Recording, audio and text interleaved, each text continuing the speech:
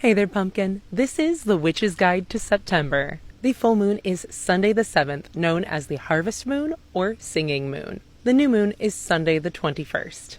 On the 22nd, we have the Autumn Equinox. This is sometimes celebrated as Mabon. We are currently in the sign of Virgo through the 22nd, and on the 23rd, we move into Libra. September's colors are orange, burgundy, and brown. Vegetables in season include butternut squash, beets, cabbage, corn, spinach, tomato, and my favorite, pumpkins. Fruits in season include apples, blackberries, figs, plums, and pears. September's flora is mushrooms, marigolds, sycamores, chestnuts, and blackberries. There is an old English tradition that states you should not pick your blackberries after the 29th. It's said that this is when Lucifer was cast out of heaven, fell to the earth on a bramble, and to take out his frustration on those thorns, took a wee on the bush. Not so coincidentally, that's around the time that the blackberries start to become moldy and bad anyway. September's fauna are geese, spiders, oysters, and dogs. September's powers are all about gratitude, giving thanks to the earth for her abundance, and giving thanks to those around us. September's also the time to assess your life. What all have you accomplished this year? And what do you need to get done in this final quarter? Some fun witchy ways to celebrate September include having a harvest home dinner party. Cook with the fresh ingredients from your garden or a farmer's market. This is a great way to show gratitude to those in your life. With us being in the very beginning parts of autumn, it's time to think about preserving things. This could be pickling or creating jellies and jams. And finally, decorate your home with seasonal objects found in nature. It could be berries, acorns, squash. You'll know it when you see it. All right, Pumpkin, have a beautiful September. Just looks like the end of summer with the acorns, the last flowers from the garden. Time casts a spell on you. You won't forget me. Oh, the wind showed up for that. Oh, was I just a fool? Reflecting is a word for all the things you never said. Let me heard a song to whistle by his name. I gotta know what it's you're going for. Count a phone, step through the door. That's right, you're heading to the core. I wonder why this remedy ain't one that works for me. I tried so many different things. I guess I'm running out. You see, many stay in the blaze, hoping that someone will raise whatever it is they pray, so long as they can stay in craze. They reminisce on every time spent in the dent, forgetting that the light can only shed what's in the instant. There will see only the light that will shine upon me. On the present, something you can gamble to a bet. Try to fool yourself and yet it's the only thing you get at best. So give a stand, try to understand, cause you don't know what other blow is gonna take you by the hand. Now that this whole thing blows right off the morning, looking for a warning ain't all about a bold thing. It's just some time for you and me to settle down, duck down, glance across the field of recreation from around. I had a stroke on many.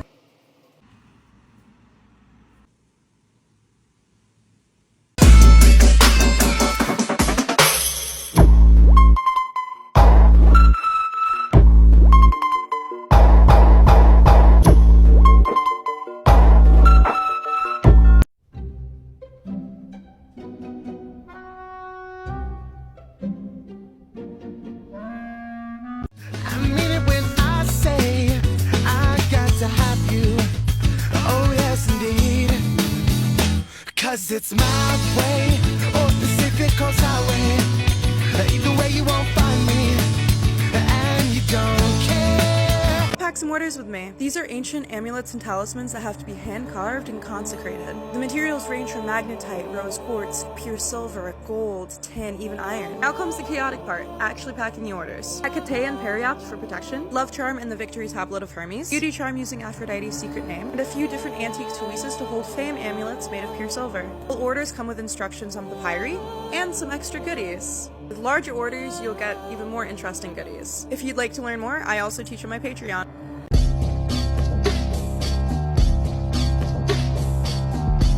Do I believe in witchcraft? Yes. Do I believe that the vast majority of it is spicy psychology? Yes. Do I also believe in an unseen energy that I believe one day will be explained or quantified by science in a way that we do not yet fully understand yet? Also yes. Do I believe that pretty rocks will make me feel slightly better in this hellscape of an earth? Absolutely. These are my ladies. This is Jill. This is my lady Amy. Little Susie. Brianna. You know why we call her Brianna, right? It's a long story. Shaniqua. Helga. You guys, Appalachian folk magic is not closed. Why are some of you saying that Appalachian folk magic is closed? You may have some traditions in your family that are passed down a certain way. Like I have those, you know, they're passed, I'm not going to go into detail, passed down a certain way that would make it closed, like that specific practice within your family tradition. But as a whole, Appalachian folk magic is not closed. It's not a closed practice.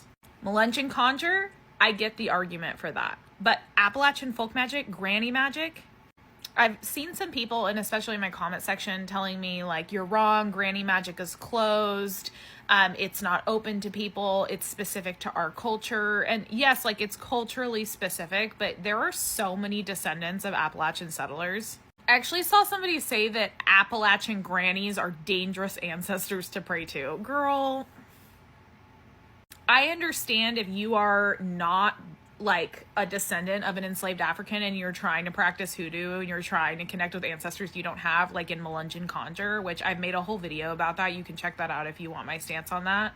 But Appalachian granny magic is not closed. It's giving exclusivity and it's not cute. And usually the argument I see behind it is, oh, well, if you guys get closed practices, then so do we. And it's like, who's you guys? Because I also have European settlers in the Appalachian region in my ancestry. It's like you're mad that you don't have a tradition that was formed out of oppression. Well, whose fault is that? I saw someone on Witchtok selling bay leaves for like $30, so I wanted to show you guys that you can get the exact same big bay leaves for only $2.50 at the Asian grocery store. And while I'm here, let me show you all the other witchy herbs they have. Starting out with star anise, which is great for intuition and evil eye protection. And we have this nice big bag of cinnamon sticks for abundance and protection workings. Fennel is super slept on, but it's great for courage and strength. Cloves for money, self-love, and protection, and some chilies for my baneful witches. Lemongrass is really good for like transmutation and new beginnings, and peppercorn is great for banishing. And then if you go over to the tea aisle, they also have a bunch of dried flowers. So we have rose petals, jasmine flowers, and lavender, which is kind of hard to find at regular grocery stores. Oh, and mint. And of course they have lots of other fun snacks and stuff. I always find really great vegan options while I'm here. Plus, I get to support a local minority-owned business, so everyone wins. Renounce Satan, witch! Okay. Yeah, that's probably done it.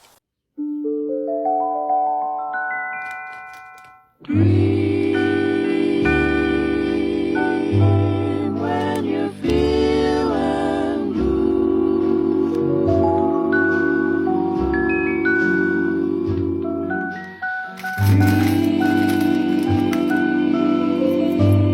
that's the thing to do.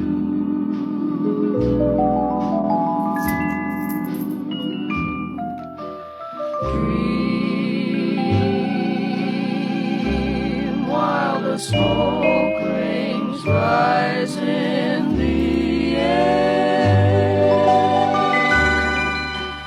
You'll find your share of man. Goddess has no dominion here.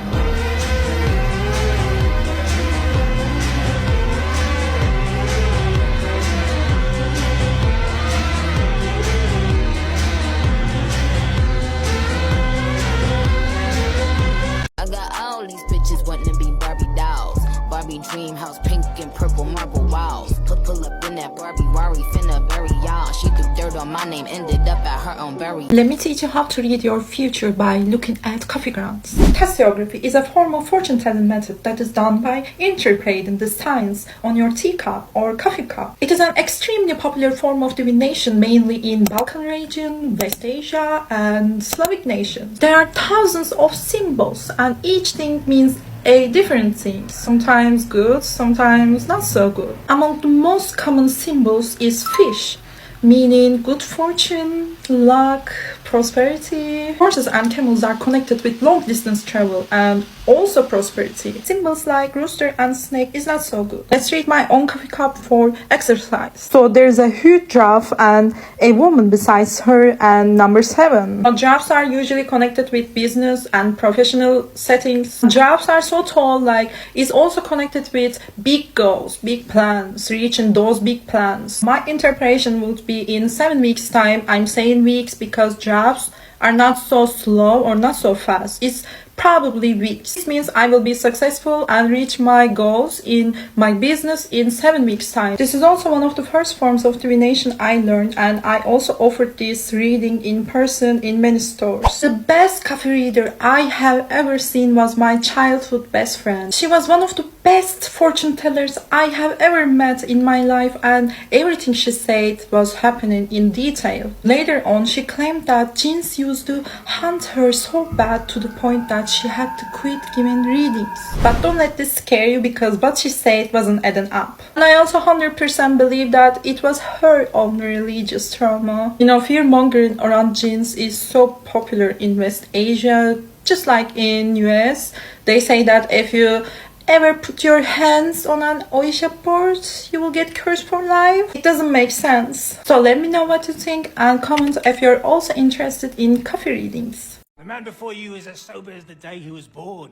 You are still drinking. This is goat's milk. It is brown. It was an ugly goat. Oh, make me over. I'm all I wanna be. A walking study in demonology. Hey, so glad you could make it. Yeah, now you really made it. Witches are evil. I swear they're putting death curses on everybody, and we gotta hunt them down. We gotta hunt them down and get rid of them because they're putting death curses on everybody. Lady Aphrodite, can you please make sure that my hair looks extra shiny and beautiful today, and also make it so my butt looks extra big in these new leggings that I got?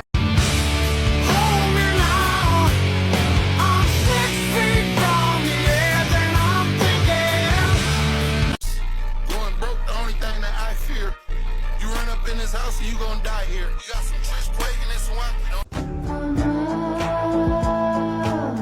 Must be the season of the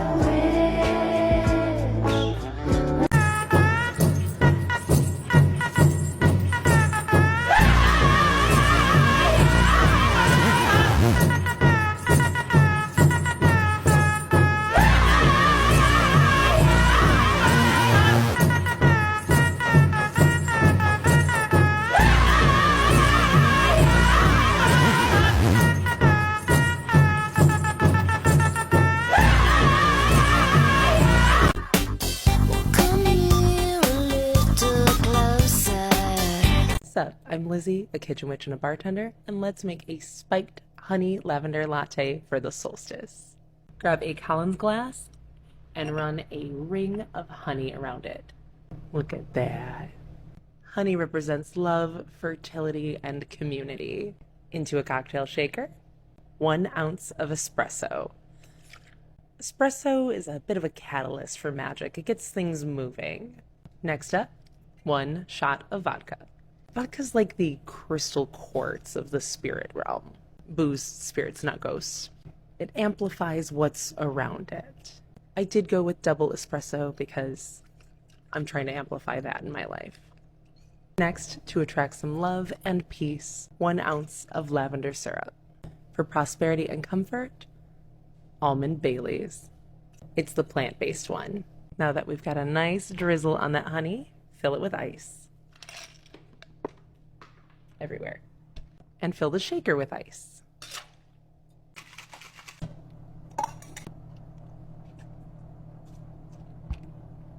Although this is a delightful drink to enjoy by yourself, you could also batch it up and share it with friends. Garnish with some lavender and enjoy. All right, pumpkin, happy solstice. If you know where I work, come order one of these from me. Another way of practicing philorhodomancy, or divination with roses, is to assign each rose in a vase with an answer and then observe the conditions of each flower and see which one stays alive the longest. We have a really clear yes here. However, it's important that we also observe the condition of the flower. This one's fallen open, and all of them have molded, indicating deception. What looks like a good option is not truly.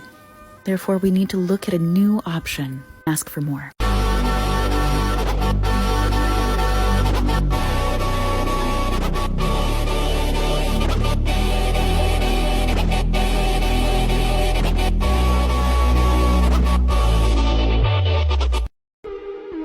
She's iconic, but a demon. She kills men to feed herself.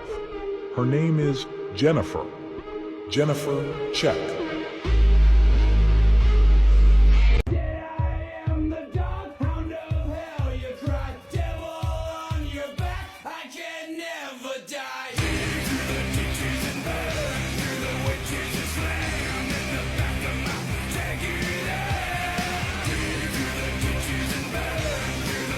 I don't like your attitude. Maybe if we wait just a little bit longer, a fuck will fall into my hand, and I can give it to you.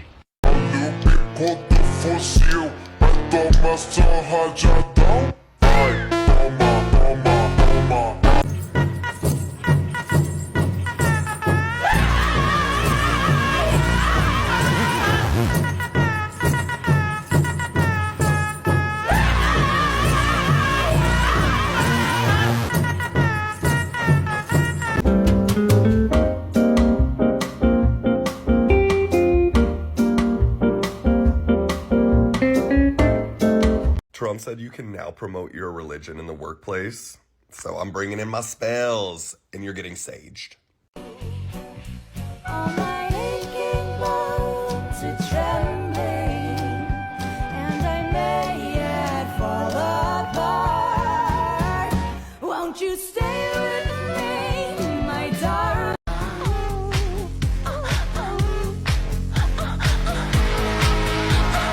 Look at your watch now. You're still a super hot female. I love abortion and trans people and migrants and birth control and immigrants and gay people. Did you miss a dream?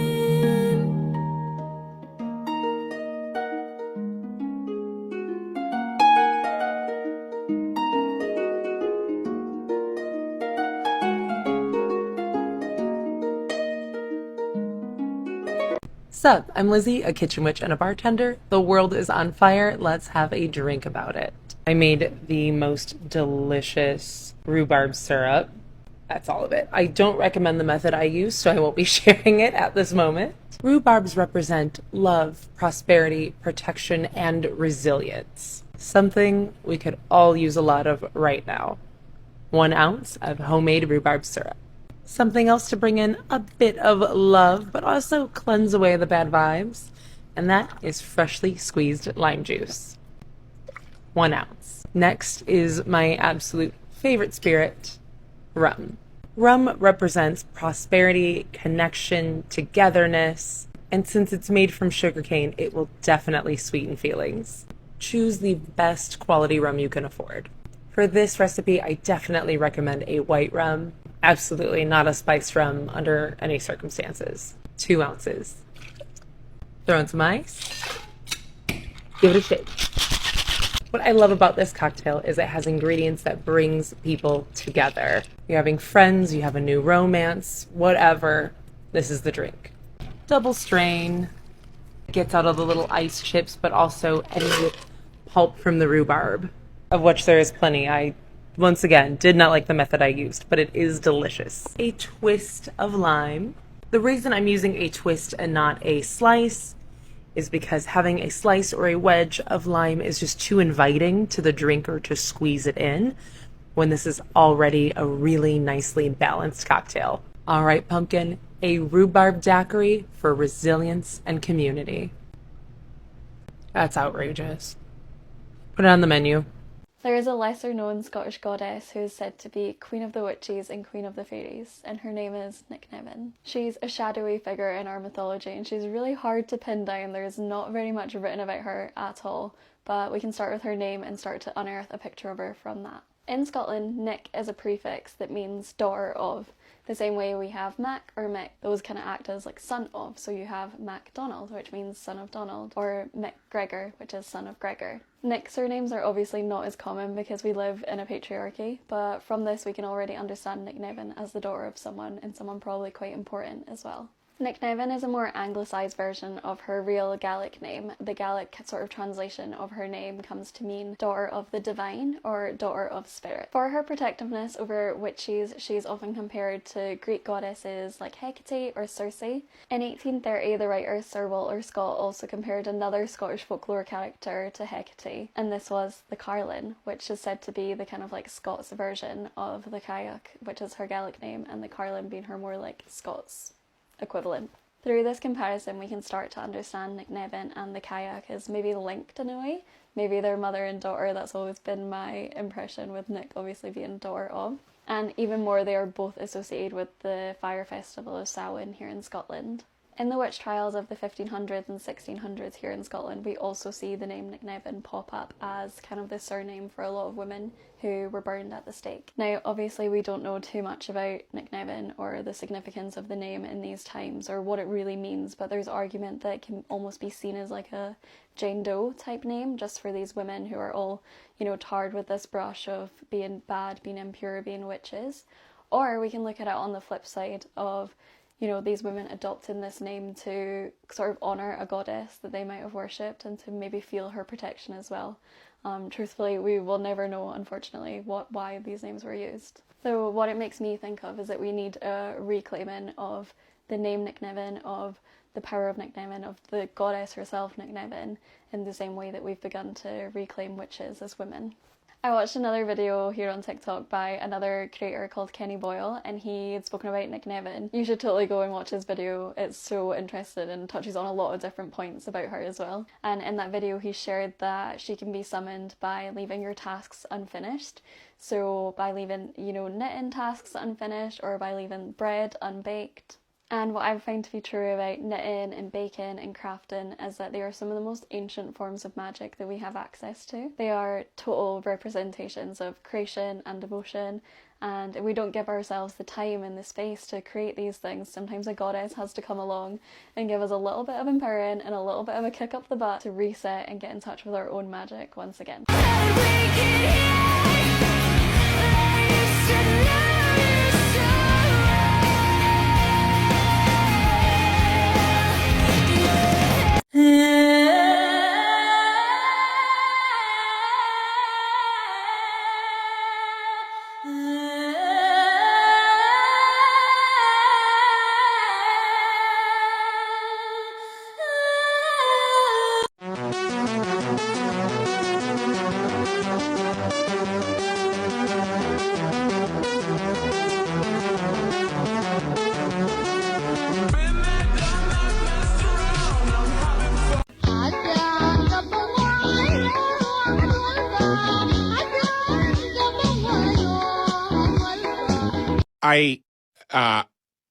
I don't know what to do now.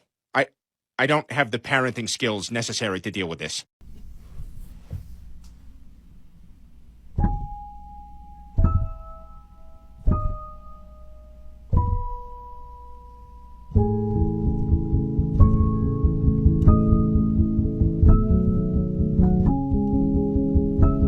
Now, which of us will be the object of your attraction? Wow, what great options. This is going to be so hard. Oh, sisters, I'm back from war. Hello, sailor.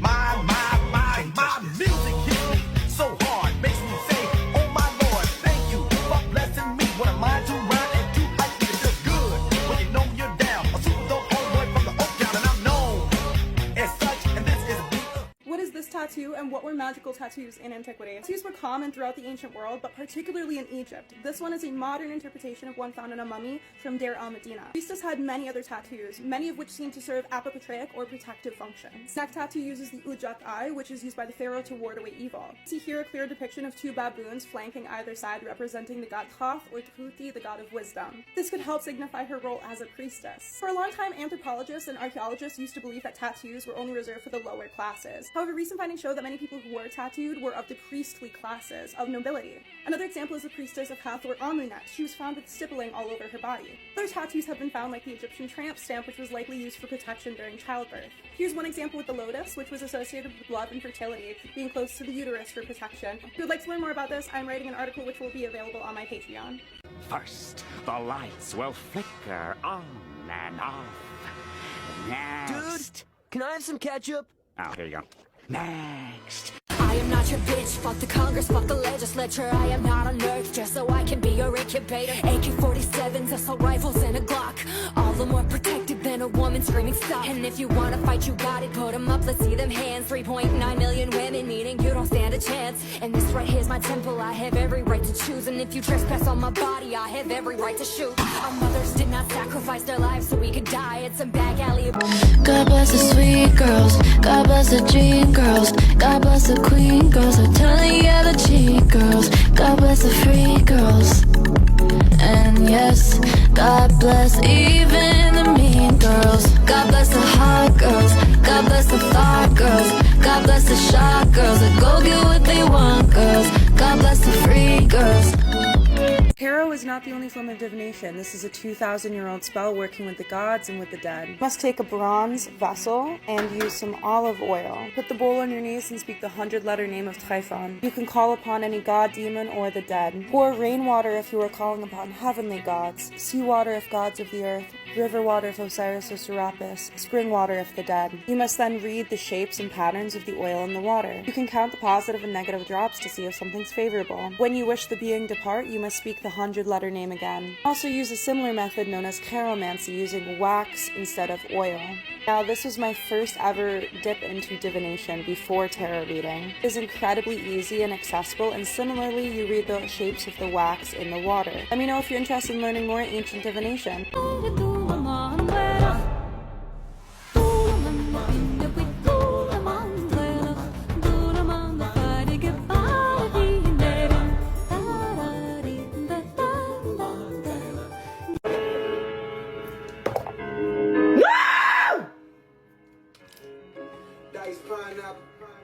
Hell yeah. Hell no. Hell yeah. Hell no. Hell yeah. Hell no. Hell yeah. Hell no. Hell yeah. Hell no. Alexander, come back to sleep. I have an early meeting out of town. It's still dark outside. I know. I just need to write something down. Why do you write like you're running out of time? Come back to bed, that would be enough.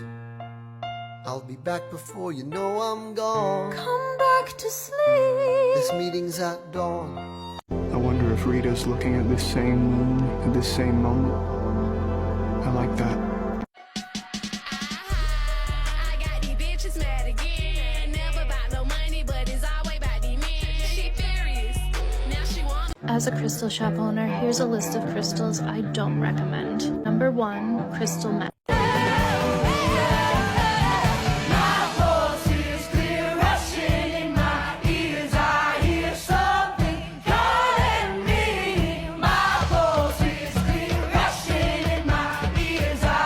Death is the mother of beauty, said Henry. And what is beauty? Terror.